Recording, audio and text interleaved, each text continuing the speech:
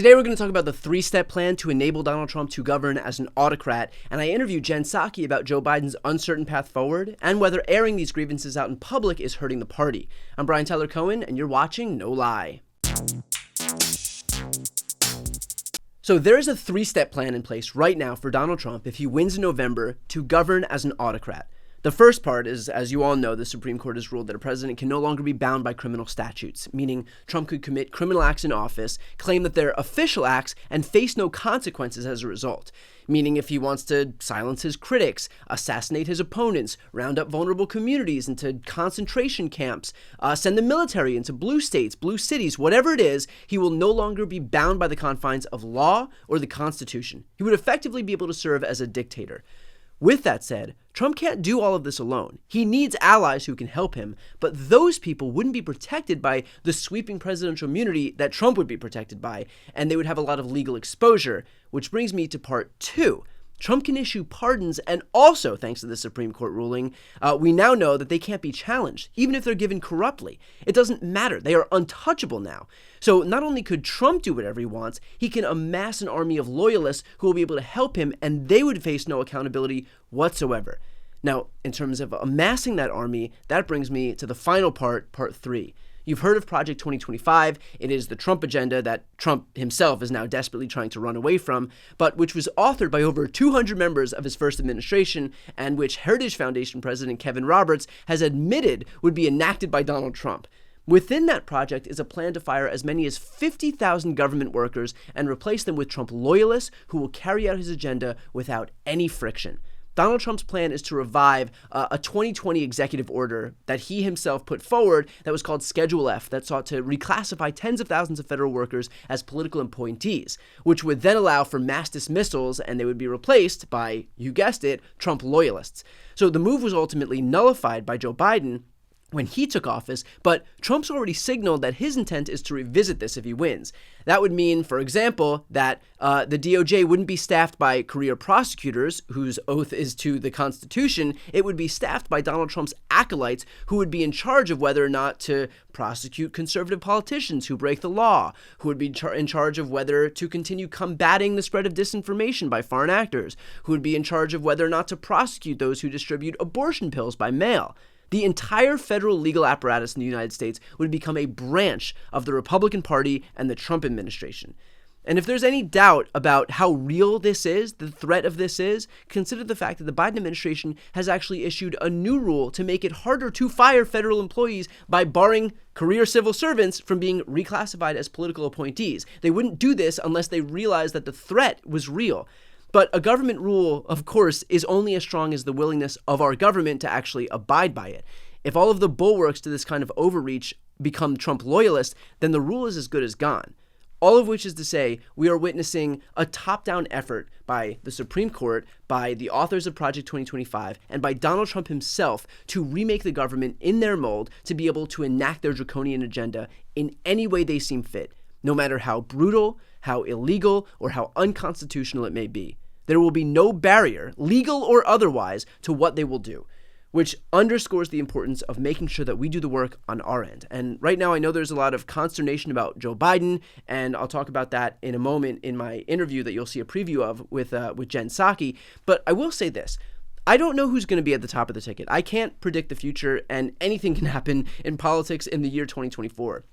But whoever it is, whether it's Joe Biden or Kamala or anyone else, just know that this election is not about any one specific person. It is about democracy versus autocracy. And regardless of what issue it is that animates you, whether it's abortion or climate or workers' rights or LGBT rights or gun safety, whatever it is, the only way we have any progress on any of those issues is if we have a functioning democracy first. That is foundational.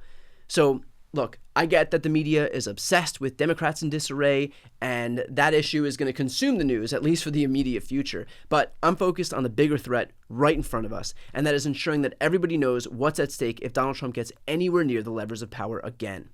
Coming up is a preview of my interview with Jen Psaki, but first, two quick announcements. The first, I'm going on tour. So if you live in New York or DC or LA and you want to meet me in person, I'll be with Al Franken in New York, Jen Psaki in DC, and Jon Favreau in LA.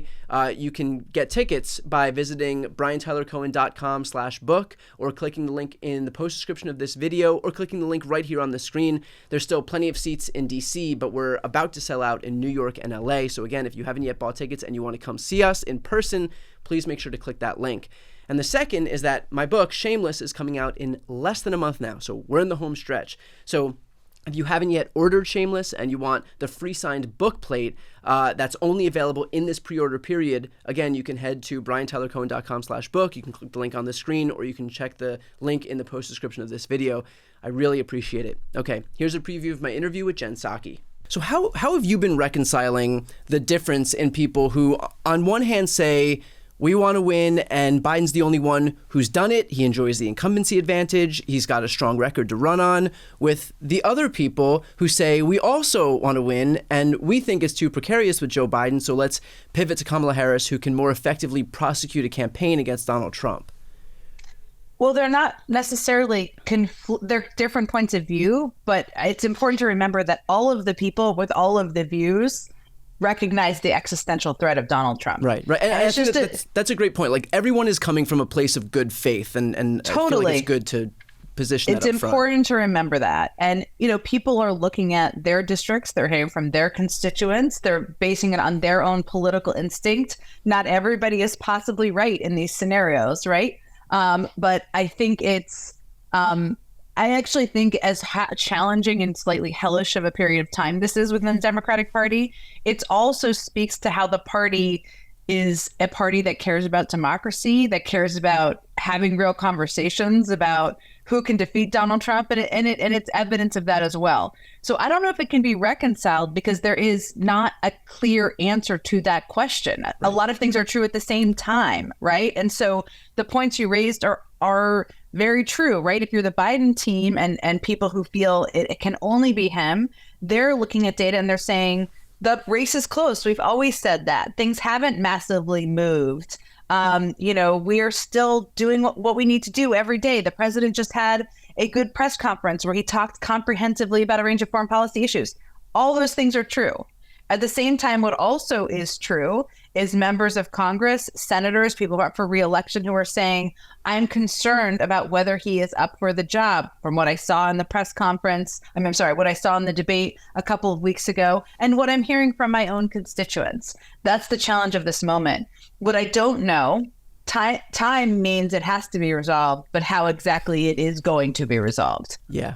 Ultimately, is it solely Joe Biden's decision as to what happens? I know people like to say that they are going to force him out, but I'm not so sure that there are these smoke-filled back rooms where these decisions are made by the they anymore.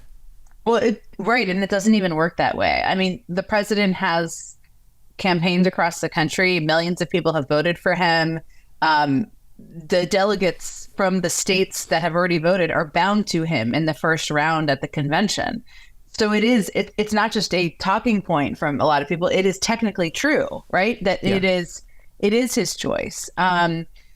There certainly could be pressure campaigns privately, which we may know some of the details. We may never know the details. And certainly there could be publicly. And a number of members have called on him to step back from this moment. But technically, it is his choice.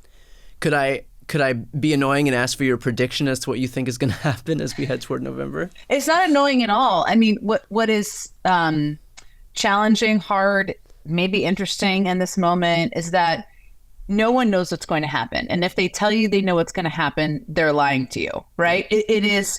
So what I can tell you is what the likely paths are, right? One path is, and if you're the White House, again, as I've said, they have very valid arguments to make, but it's a game of time for them. And with every day and week that passes, the more likely it is he holds on to the nomination. Right. So to them, you just got to get past day by day and week by week. And they've been, he did the press conference. He's going to do an interview with Lester Holt. You just continue to schedule things so that there's more that people are looking to. And the Republican convention is obviously a whole other focus point where Democrats will unite around their hatred of Trump, right? So That is, if you're in the campaign, is an opportunity, an advantage. The other path is there is data that suggests he doesn't have a path to win. There's data that suggests the House can't be won and the Senate will be lost if he stays on the ticket. Money could dry up. Delegates could leave.